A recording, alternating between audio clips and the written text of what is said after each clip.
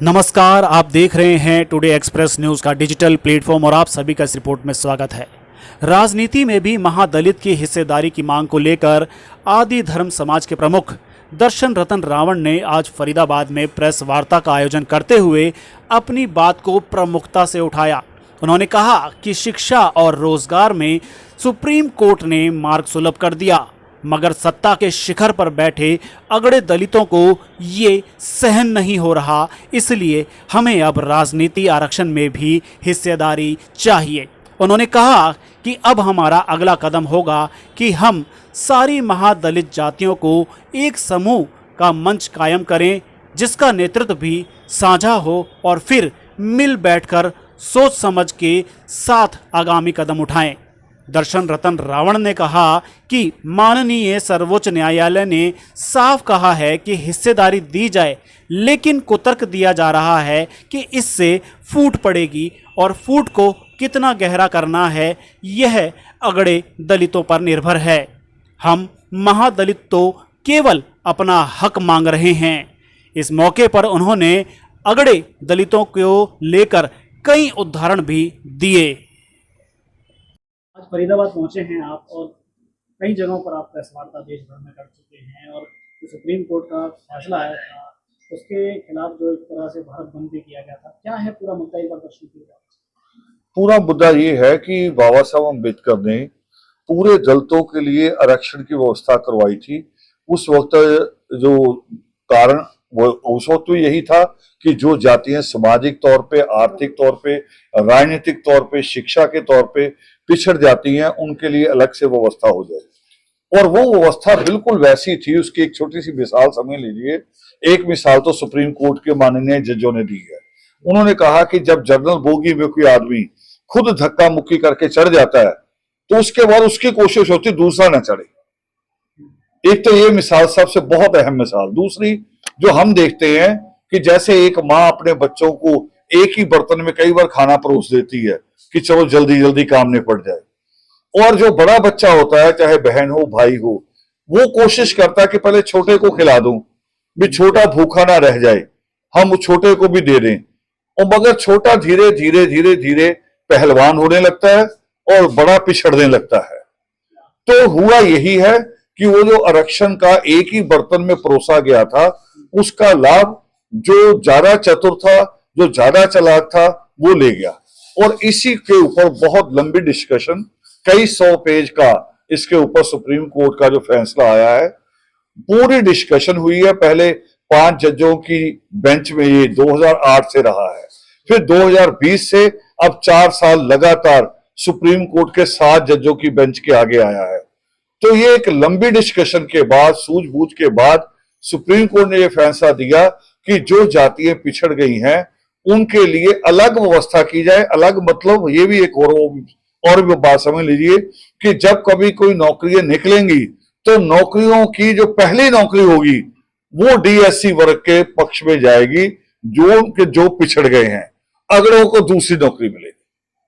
बात करें तो फिर इसके लिए जैसे आप एक राजनीति में भी हिस्सेदारी मांग रहे हैं, वो क्या है? राजनीति में हम ये कह रहे हैं क्योंकि असल में सारे फैसले बैठ के पार्लियामेंट में और कैबिनेट में होते हैं, जिनका वहां दबाव होता है वो अपने फैसले लागू करवा लेते हैं। ये तो अच्छा है कि सुप्रीम कोर्ट से फैसला आया है। अगर पार्टियों को एजेंडे दिए गए होते, पार्टियों को मेमोरेंडम दिया गया होता, तो ये रद्दी की टोकरी में चला जाता। तो हम वहां चाहते हैं, वहां हमारी हिस्सेदारी, किसी भी पार्टी में हमारी हिस्सेदारी बराबर नहीं है, जबकि जनसंख्या हमारी बहुत बड़ी है। तो राजनीति में भी जिस तरह से वर्गीकरण शिक्षा में हो, नौकरी में हो, उसी तरह से राजनीति का भी वर्गीकरण होना चाहिए, हमारी सीटें अलग की जाए। कौन है जो माननीय सुप्रीम कोर्ट के जो फैसले को नहीं मान रहे हैं? वो जो अभी तक आरक्षण की सारी मलाई खा गए हैं, सारा लाभ ले गए हैं, जो 90% सीटों पे कब्जा करके बैठे हैं, वो इसको मानने को तैयार नहीं। और स्वाभाविक भी है, एक ही बार में जिसको कहा जाए कि ये यहां से गद्दी से उठ जा, जहां से तो 90% लाभ ले रहा है, अब ये हिस्सा बांट के दिया जाएगा, तो उसको कुछ कुछ तो होगा ही होगा। अब इन प्रेस कॉन्फ्रेंसों के माध्यम से आप क्या संदेश देना चाह रहे हैं समाज को? ये इसलिए शुरू करना पड़ा कि आरक्षण को लेके एक बड़ी भ्रम फैलाया गया, जो सुप्रीम कोर्ट का फैसला आया कि इस फैसले से आरक्षण ही खत्म हो जाएगा। एक तो ये, दूसरा ये वहम फैलाया गया कि सुप्रीम कोर्ट ने किसी क्रीमी लेयर का जिक्र किया है। सुप्रीम कोर्ट ने बिल्कुल क्रीमी लेयर के मामले में जजमेंट नहीं दी है। फैसले में सिर्फ इतना कहा गया है, फैसला बहुत छोटा है कि इसका वर्गीकरण हो, क्रीमी लेयर नहीं कहा। क्रीमी लेयर जजों की राय में एक राय थी, फैसला नहीं है।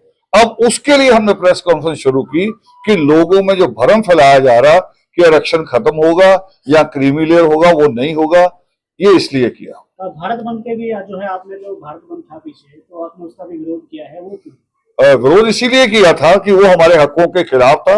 और आपने ये भी तो देखा होगा कि भारत में लगभग 700 जिले हैं, 10 जिलों में बंद नहीं करा पाए अगड़े। हमारे विरोध का ये प्रभाव था, 10 जिलों में बंद नहीं करा पाए, ये प्रभाव था हमारा। और इसी से राजनीतिक पार्टियों को सुचेत हो जाना चाहिए कि राजनीतिक पार्टियां अगर शासन करेंगी तो किसके वोट से करेंगी। अगर आप लोगों को राजनीति का, जैसे राजनीति में हिस्सेदारी दी जाती है, तो कितना बड़ा बदलाव उसमें आ सकता है? बहुत बड़ा बदलाव आएगा, क्योंकि वही बैठ के तो सारी स्कीमें बनती हैं, चाहे वो स्कीम सड़क बनाने की हो, चाहे स्कूल कॉलेज बनाने की हो, सारा कुछ तो वहीं से पार्लियामेंट और विधानसभा से होता है। वहां हमारी हिस्सेदारी होगी तो फिर हमारा हिस्सा बीच में ध्यान रखा जाएगा। विशेषकर किस समाज के लिए जो आप जो मांग रहे हैं, जो राजनीति में, जी, विशेषकर किस समाज के लिए मांग रहे हैं? क्योंकि विशेषकर जो जातियां पिछड़ गई हैं सारी, एक एक के लिए नहीं, जितनी जातियां पिछड़ गई हैं, चाहे वो संख्या में बहुत कम भी क्यों ना हो, हिस्सेदारी सबको मिलनी चाहिए। सर, एक आखिरी सवाल किया था कि जो प्रेस कॉन्फ्रेंस 3 दिन से देखा जा रहा है, हरियाणा में की जा रही, क्योंकि हरियाणा में विधानसभा चुनाव की अभी सर पर ही है, तो क्या हरियाणा के चुनाव को देखते हुए हरियाणा की तरफ रुख किया है? और ये जो मांग कर रहे हैं राजनीति में जो देने की, हक देने की, ये किससे कर रहे हैं? मेरी पहली जो शुरुआत की है मैंने कोई 12-13 तारीख से शुरुआत की थी, अखबारों को सीधे आर्टिकल भेज के, जिसमें पहला आर्टिकल पंजाब केसरी में लगा, फिर उसके बाद इंडियन एक्सप्रेस में लगा, फिर उसके बाद पंजाब का एक बड़ा पेपर है पंजाबी का अजीत, उसमें लगा, फिर भारत का एक बहुत बड़ा पेपर है नेशनल हेराल्ड, उसकी तीनों लैंग्वेज में लगा। और यहां बिल्कुल इलेक्शन को ध्यान में रखा, मगर इलेक्शन को वो नहीं, उसका लाभ लेने के लिए नहीं, कि इलेक्शन का हल्ला गुल्ला शुरू होने से पहले हम अपनी बात रखने आए हैं। असल में अभी तो नॉमिनेशन तो शुरू नहीं हुई ना, हम इलेक्शन के हल्ले गुल्ले से पहले कर रहे हैं, इलेक्शन को ध्यान में रख के नहीं कर रहे। और जब इलेक्शन निकल जाएगा हम अपना आंदोलन तब तेज करेंगे।